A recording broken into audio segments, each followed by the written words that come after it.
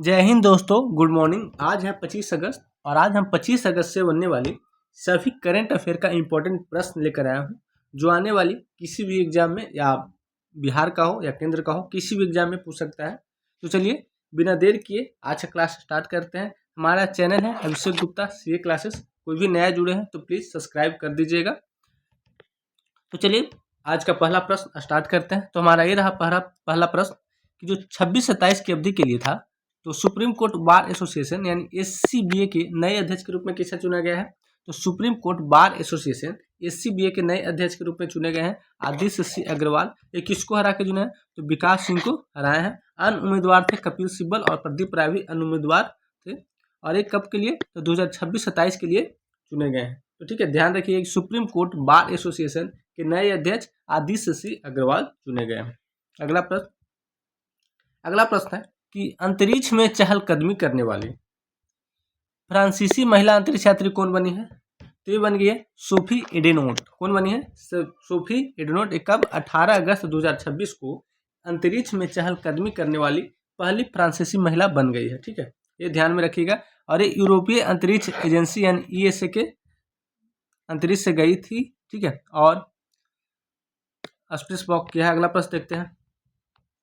अगला है कि भारत का पहला वाणिज्यिक स्तर बायोप्लास्टिक बायोपॉलीमर उत्पादन संयंत्र केंद्र किस राज्य या केंद्र शासित प्रदेश में स्थापित किया जाएगा? तो बायोप्लास्टिक और बायोपॉलीमर।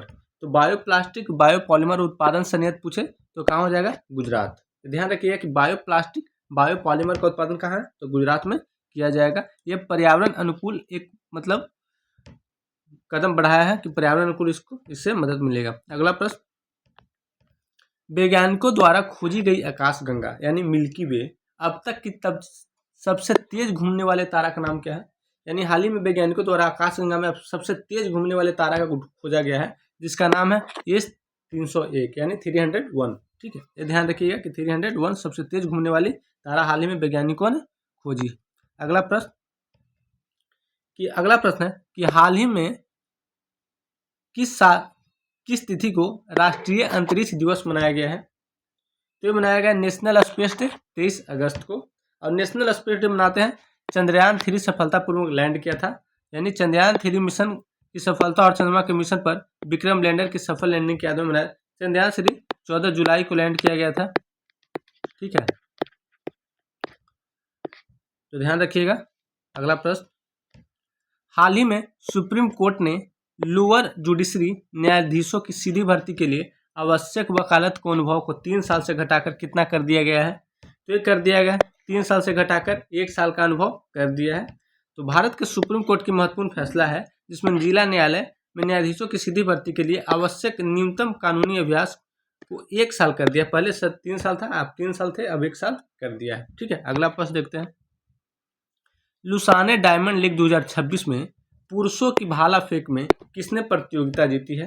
तो ये जीता है रुमेश थरंगा पथिराज ने। ठीक है, किसने जीता है? तो लुसाने डायमंड लीग में पुरुषों की भाला फेंक प्रतियोगिता जीती है तो रुमेश थरंगा पथिराज ने स्वर्ण पदक जीते हैं। ध्यान रखिएगा। ठीक है, ये भी पूछ सकता है कि किस खेल से संबंधित है? तो जेवेलियन थ्रो यानी भाला फेंक से संबंधित है। अगला प्रश्न, 57वां अंतर्राष्ट्रीय फिल्म महोत्सव IFFI 2026 किस राज्य में आयोजित किया जाएगा? तो ये किया जाएगा गोवा में। कहाँ किया जाएगा? गोवा में आयोजित किया जाएगा 57वां अंतर्राष्ट्रीय फिल्म महोत्सव गोवा। ठीक है, अगला प्रश्न है कि किसानों के उनकी उपज का लाभकारी मूल्य सुनिश्चित करने के लिए शुरू की गई पीएम आशा योजना कौन योजना? तो पीएम आशा योजना का मुख्य उद्देश्य क्या है? तो इसका मुख्य उद्देश्य क्या है? एमएसपी सुनिश्चित करना, यानी किसानों के लिए न्यूनतम समर्थन मूल्य सुनिश्चित करना। ठीक है, ये ध्यान रखिएगा। अगला प्रश्न, भारत और मॉरिशस के बीच हाल ही में एक महत्वपूर्ण समझौते के तहत किस भारतीय तेल कंपनी को मॉरिशस की कुल ईंधन आवश्यकताओं को पूर्ति करने के लिए नामित किया गया है?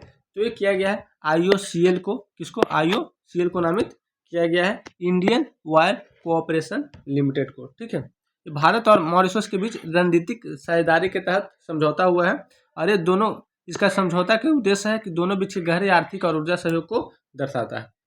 ठीक है, अब अगला प्रश्न देखते हैं।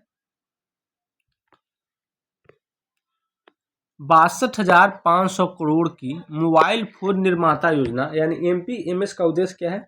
इसका उद्देश्य है मोबाइल निर्माण करना, घरेलू मूल्यवर्धन और भारतीय ब्रांडों को बढ़ावा देना। यानी भारत खुद अपने ब्रांड के लिए पैसा खर्च कर रही है और अपने ब्रांड को बढ़ावा देगी। ठीक, ये ध्यान रखिएगा। इसके लिए कितना करोड़ रुपए योजना का मुख्य उद्देश्य है? तो 62,500 करोड़।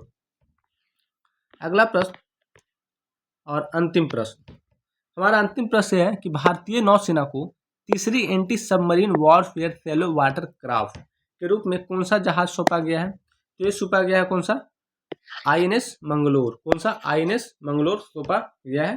तो क्या कह रहा है प्रश्न कि हाल ही में भारतीय नौसेना को तीसरी anti submarine warfare shallow water craft के रूप में कौन सा जहाज सौंपा गया है?